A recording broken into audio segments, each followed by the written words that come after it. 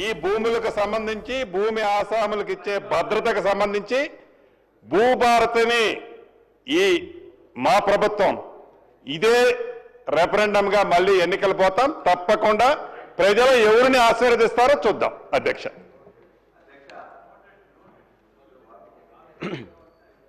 మంత్రులు మాట్లాడుతూ ఖచ్చితంగా మాకు రెఫరెండంగా వచ్చిందన్నారు. మీకు రెఫరెండంగా వచ్చింది 6 గ్యారంటీల మీద మీకు ఇచ్చిన పవర్ తప్ప మీరు ఇచ్చిన అనేక వాటి హామీ 420 హామీల మీద పవర్ ఇచ్చింది తప్ప ఈ ఒక్క దీని మీదనే మీకు రాలేదు. అధ్యక్ష, మేము కూడా ఖచ్చితంగా చెప్తున్నాం. మేము కూడా మీరు ఏదైతే ఇవాళ భూభారతి పెట్టి భూహారతి చేయబోతున్నారో ఆ భూహారతి మీదనే ఖచ్చితంగా మీరు అనుకున్నట్లయితే ప్రజల ముందుకు మేము వెళ్తాం, మీరు వెళ్తాం. ఖచ్చితంగా ఆ రోజు మళ్ళీ ఏం రెఫరెండం వస్తుందో చూద్దాం. వారు చెప్పారు భూస్వాములు జాగీర్దారులు చాలా మంది ఉన్నారని చెప్పేసి. మరి మీ యొక్క ఈ చట్టంలోనే ఈ యొక్క తెలంగాణ సోషియో ఎకనామిక్ అవుట్బుక్ బుక్లోనే మీరు ఇచ్చారు ఏమని, ఈ రాష్ట్రంలో 25 ఎకరాల కంటే ఎక్కువ ఉన్న వాళ్ళు ఓన్లీ 9,000 మంది ఉన్నారు మాత్రమే అని మీరు లిస్ట్ ఇచ్చారు. మరి ఎక్కడ భూస్వాములు ఉన్నారు? 52 ఎకరాల పివి నరసింహరావు గారు తెచ్చిన సీలింగ్ యాక్ట్ ప్రకారం 54 ఎకరాల కంటే ఎవరికి ఎక్కువ ఉండకూడదు. ప్రతిరోజున 100 ఎకరాలు 200 ఎకరాలు 400 ఎకరాలు ఉన్నదని చెప్పేసి మాట్లాడుతుంటారు. అవగాహన ఉండి మాట్లాడుతున్నా లేదా అని చెప్పి తెలియదు ఇది. అదేవిధంగా ఇవాళ అనుభవదారు కాలంలో కూడా మేము చెప్తున్నాం, ఖచ్చితంగా మరలా ఇవాళ అనుభవదారు కాలం పెట్టి వాళ్ళ పేర్లు రికార్డ్ చేయడం అంటే మళ్ళా కౌలుదారుల పేర్ల మీద వివాదాలు సృష్టించడం తప్ప మరొకటి కాదు. అదేవిధంగా ఇలా ఫౌతీ విషయంలో కూడా ఇవాళ ఫౌతీ విషయంలో కూడా ఇప్పుడే సంజీవ్ రెడ్డి గారు చెప్పారు. మేము ఫౌతీ ధరణిలో పెట్టిన ఫౌతీలో అంతకుముందు ఫౌతీలో ఏముండేది, ఆనాడు విఆర్ఏ కానీ విఆర్ఓ కానీ ఆ గ్రామాలకు పోయి 45 రోజుల నోటీస్ ఇచ్చి వాళ్ళందరూ కూర్చొని మాట్లాడుకొని అక్కడికి రమ్మని చెప్పేవాళ్ళు. మేము పెట్టిందేంటి ధరణిలో, ఇవాళ ఈ విఆర్ఏ వద్దు, నోటీసులు వద్దు, డైరెక్ట్గా మీ కుటుంబం వాళ్ళే మాట్లాడుకోండి, మీరు వచ్చి మాట్లాడుకొని మీరు ఒప్పుకున్నట్లయితే ఇక్కడ ఇమ్మీడియట్గా కూడా మీకు రిజిస్ట్రేషన్ కూడా ఫౌతీ సక్సెస్ అవుతుంది. కాబట్టి ఒకవేళ మీరు ఒప్పుకోనట్లయితే మీరు కోర్టుకు వెళ్ళండి అని చెప్పినాం. మళ్ళా మీరు ఇలా బయటికి మళ్ళీ పంపించి మళ్ళా విఆర్ఓని కూర్చుని పెట్టి నోటీసులు ఇచ్చేసి ఆ యొక్క ఫౌతీ సెక్షన్లో కూడా మళ్ళా వివాదాలు సృష్టించే విధంగా ఈ చట్టంలో చెప్పబడింది. కాబట్టి అది కూడా సరిగ్గా లేదు. అదేవిధంగా జమాబందీ అని పెట్టిండ్రు. ఎందుకు చేస్తారు అధ్యక్ష జమాబందీ అనేది 2011-12 నుంచే మొత్తం బంద్ అయిపోయింది. ఆ ఊర్లో ఉండే ఆ భూమి స్వరూపం ఎట్లా ఉంది, భూమి యాజమాన్య హక్కులు ఏమైనా మారినాయా, అది తడి ఉందా, కుష్కి ఉందా, నీళ్ళు వస్తున్నాయా, దానికోసం అని చెప్పేసి పెట్టేవాళ్ళు. ఇవాళ మొత్తం తీసేసినాం. మళ్ళా ఇవాళ జమాబందీ పేరులో మళ్ళొక దుకాణం తెరిచిండ్రు ఇవాళ భూభారతిలో. అంతేకాదు ఇవాళ భూమి స్వరూపం తెలుసుకోవడానికి ఇవాళ ఏఈఓలు ఉన్నారు. 5,000 ఎకరాలకు ఒక చొప్పున ఏఈఓలు 2,600 మందిని గత ప్రభుత్వం రిక్రూట్ చేసింది. వాళ్ళందరూ రికార్డ్ చేసుకుంటున్నారు. ఎందుకు ఈ జమాబందీ? అంతేకాకుండా మాన్యువల్ పహాని అని చెప్పి మళ్ళా మొదలు పెట్టిండ్రు. మాన్యువల్ పహాని అంటే ప్రతి సంవత్సరం నీకు రికార్డెడే ఉంటుంది. ఆ రికార్డులో కానీ రాకుండా మొత్తం మాన్యువల్ పహాని చెప్పి ఎండాకాలంలో మళ్ళా కూర్చొని వాళ్ళు మళ్ళీ పట్వారీ కానీ లేకపోతే విఆర్ఓ రాసి మళ్ళా అదొక దుకాణం. ఫౌతీ కానీ మ్యూటేషన్ కానీ ఇవన్నీ కూడా మళ్ళా కొత్త దుకాణాలు తెరిచింది తప్ప మరొకటి కాదు. వాటి దయచేసి మీ అందరం కూడా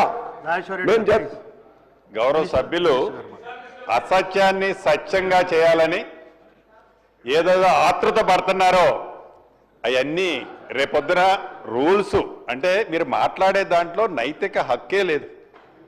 మీరు 2020లో చట్టాన్ని చేసి మీరు దిగిపోయేంత వరకు ఆ చట్టానికి సంబంధించిన రూల్సే ఫ్రేమ్ చేయని మీరు భూభారతిని మేము 2025 జనవరి 4వ తారీఖున చట్టం తీసుకొచ్చి రూల్స్ ఫ్రేమ్ చేసి పెడుతున్న మమ్మల్ని ఏలెత్తి మీరు మాకు చూపిస్తుంటే అసలు మిమ్మల్ని ఎలా ప్రజలు అర్థం చేసుకుంటారో మీరు అర్థం చేసుకోవట్లే. ఏదైతే మాన్యువల్ పానీ అంటారు, విఆర్ఏ విఆర్ఓల్ని తీసేసామంటారు. ఎస్, మీరు తప్పు చేశారు కాబట్టే విఆర్ఏ విఆర్ఓ వ్యవస్థలో మంచి వాళ్ళని తప్పకుండా ప్రతి రెవెన్యూ విలేజ్కి ఒక ఆఫీసర్ని పెడుతున్నాం. బేఫిగర్గా చెప్తున్నాం. చట్టంలోనే కాదు, ప్రజలు అడుగుతున్నారు, కోరుకుంటున్నారు. అనేక సందర్భాల్లో చెప్పినాం. ఏదో నట మాన్యువల్ పానీ అట, మళ్ళీ ఏదో ఓపెన్ చేస్తున్నట, మ్యూటేషన్ అట అంటే కట్టుకథలు మళ్ళీ చెప్పి ఆ కట్టుకథల్ని పదే చెప్పి ఇది నిజమని ఒప్పించడానికి గౌరవ సభ్యులు ఏదైతే తాపత్రయపడుతున్నారో అది వారి విజ్ఞతకే వదిలేస్తున్నారు. అధ్యక్ష,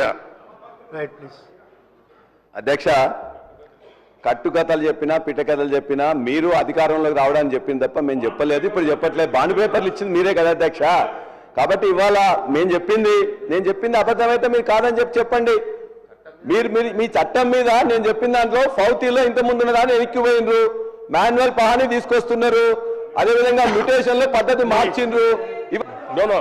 అదే అధ్యక్ష, సార్ అధ్యక్ష, భూమి చాలా చాలా ముఖ్యమైన అంశం అధ్యక్ష. రాష్ట్ర ప్రజలు ఈ రకంగా తప్పుదోవ పట్టించే పరిస్థితి చేయొద్దు. ఇప్పుడే రెవెన్యూ మంత్రి గారు చాలా స్పష్టం జమాబందీ గురించి వారు మాట్లాడుతూ ఉన్నారు. అధ్యక్ష, జమాబందీ అంటే ఒక్క నిమిషం సార్ అధ్యక్ష, నేను చాలా స్పష్టంగా చెప్పాలి అధ్యక్ష. జమాబందీ మళ్ళీ తీసుకొస్తా ఉన్నారు, దీనివల్ల నష్టం జరుగుతున్నాను. జమాబందీ అంటే ఏంటి అధ్యక్ష? రెవెన్యూ సదస్సులు గ్రామాల్లో ప్రతి సంవత్సరం రెవెన్యూ సదస్సులు పెట్టి గ్రామ సభలు ఏర్పాటు చేసి ప్రజల సమక్షంలో ఈ సంవత్సరం ఎవరు భూములు కొనుక్కున్నారు, ఎవరు అమ్ముకున్నారు, ఏ పంట వేశారు, ఎవరి దగ్గర ఏ భూమి ఉంది, ఏ పంట ఎవరు ఏ స్థాయిలో వేశారని చెప్పి ప్రతి సంవత్సరం ఆ గ్రామంలో రెవెన్యూ సంబంధించిన బదలాయింపుల గురించి కూడా రెవెన్యూ రికార్డ్స్ అప్డేట్ చేస్తూ ప్రజల సమక్షంలో చేసే ఒక కార్యక్రమం అధ్యక్ష.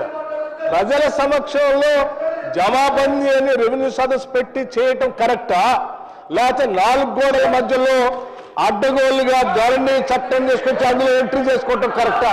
ఏది కరెక్ట్ అధ్యక్ష? ఏది కరెక్ట్? ప్రజల సమక్షంలో ప్రతి సంవత్సరం రెవెన్యూ సదస్సులు నిర్వహించి జమాబందీ చేయటం కరెక్ట్, కానీ గ్రామ సభల్లో అడ్డగోలుగా 4 గోడల మధ్యలో రాసుకొని ధరణిలో ఎంట్రీ చేసుకొని మా ఇష్టం వచ్చినట్టు ఒకళ్ళ తర్వాత ఒకళ్ళు రిజిస్ట్రేషన్ చేసుకుంటుంటే అది కరెక్ట్ కాదు. జమాబందీ గురించి ముందు అవగాహన చేసుకోవాలని చెప్పండి. జమాబందీ అంటే ఏంటని ఒక్కసారి రాజేశ్వర రెడ్డి గారు ఒక్క మాట ప్లీజ్, ఒక్క మాట. ఇప్పుడు మనకు ఒక ప్రొసీజర్ నడుస్తున్నది ప్లీజ్.